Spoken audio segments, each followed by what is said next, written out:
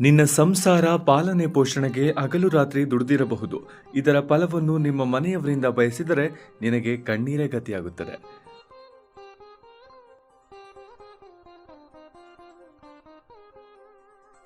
ನಿನ್ನ ಸಂಸಾರ ಪಾಲನೆ ಪೋಷಣೆಗೆ ಹಗಲು ರಾತ್ರಿ ದುಡಿದಿರಬಹುದು. ಇದರ ಫಲವನ್ನು ನಿಮ್ಮ ಮನೆಯವರಿಂದ ಬಯಸಿದರೆ ನಿನಗೆ ಕಣ್ಣೀರೇ ಗತಿಯಾಗುತ್ತದೆ.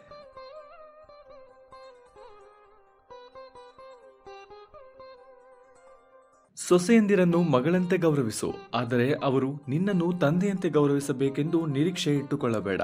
ಗೌರವಿಸಿದರೆ ಅದು ನಿನ್ನ ಪುಣ್ಯ.